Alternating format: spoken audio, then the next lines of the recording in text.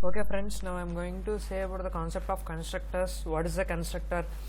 What are the constructor overloading concepts? How it can be done?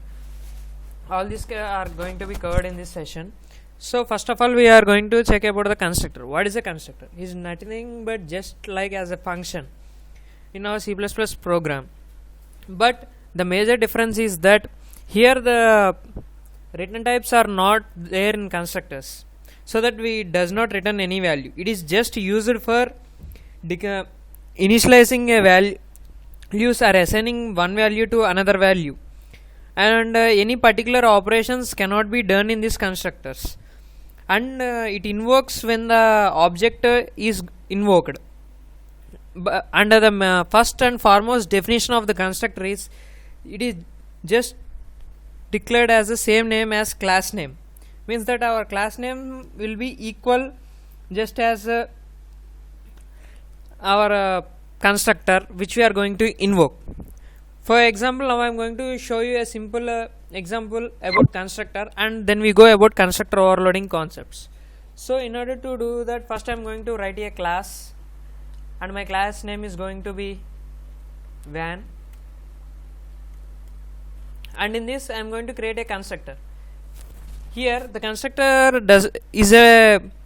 I have said you before that is constructor is just as a function, but here it is a type is class type, so that we need not to initialize any void or any particular return types to it. It is just a type of class type, and I am going to write a constructor, and I'm going to print a statement to show you that how just constructor is going to be invoked. Cout van is red. So I'm going to say that this van is in red color. I'm going to print this. Before going to do that, I am going to initialize here access specifier, because by default it takes private. My compiler will takes private. Some of the compilers may take it as public. So in order to access it by using a main function or another classes, I need to specify the access specifier.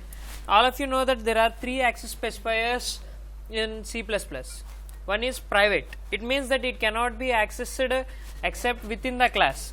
And next it is going to be public, means it can be accessed anywhere which we want. And a protected is nothing but it can be accessed within the class it is declared, and the derived class means which we are acquiring the properties of one class to another class comes under the concept of inheritance, which is going to be covered in our further sections. So to invoke this constructor, I am writing a main. Wait.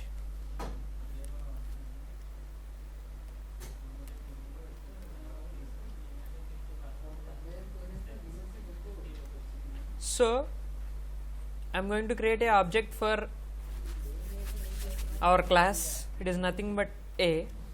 So I have just created an object, and I said you previously that our constructor is going to be invoked when we create an object. It is done at our runtime.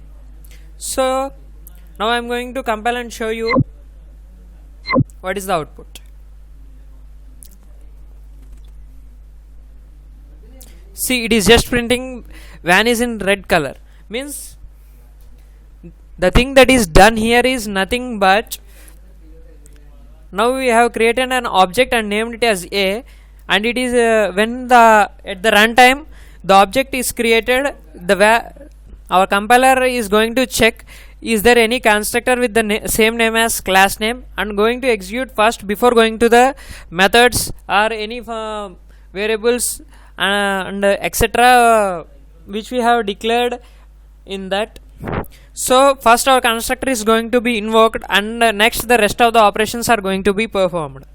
So while coming to the constructor overloading concept, it can be identified by using its data type or parameterized constructor. It is nothing but just as our method overloading concept. So now I am going to show you method constructor overloading in the same program, just as method overloading. So now I am going to write another van. So I have declared here in this int a comma int b. So here I am going to do int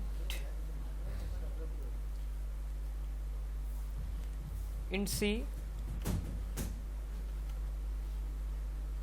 equal to 10, and just now I am going to print these three values.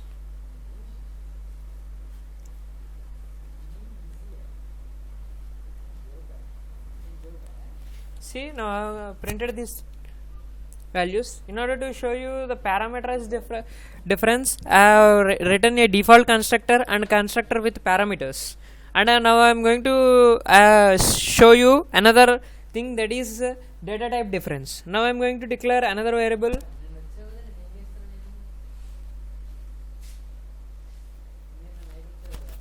when id is of type float.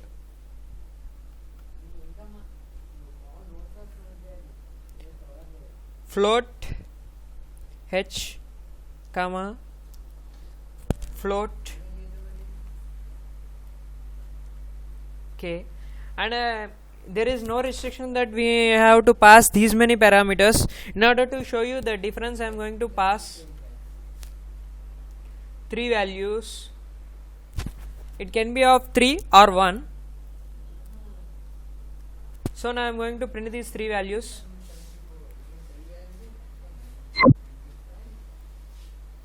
Wait.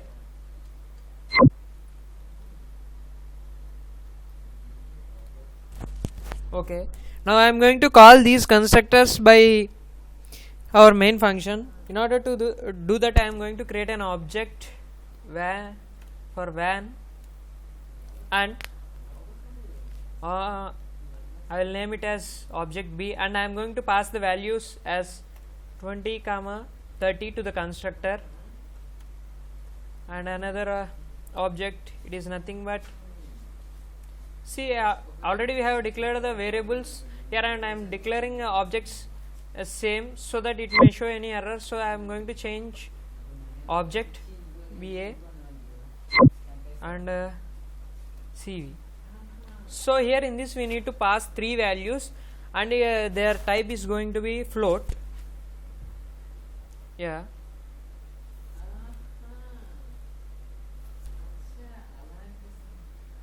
So in order, this is just a simple constructor overloading program, and I will save this program and show you the output, and then say you what the thing is going to happen in this program, and check if there are any errors in my program.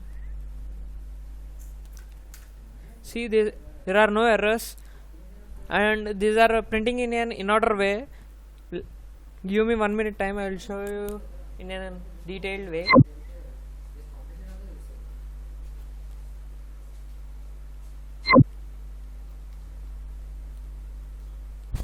Okay.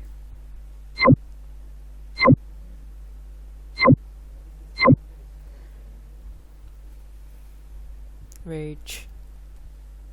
Yeah. See here, it is going to print van is in red color. It is of default constructor, and 20, 30, 10 values. These are constructor with integer data type, and here 1.6, 1.5 and 1.9. It is constructor of type float. Okay, now I am going to show you what is the thing going to happen here. First, we have created an object for a, and there are no parameters which we are going to pass, so that it is going to go for our default constructor which we have declared above with no parameters. See, and it is going to show you as van is in red color, and next we have declared integer data types with 2 parameters, and now it is going to show that value, and at last we have declared float data type. Now these are not restricted to declare only integer, only float. It can be of type char or long int or unsigned int, short int. So anything can be done by using C++. Thank you for watching our video.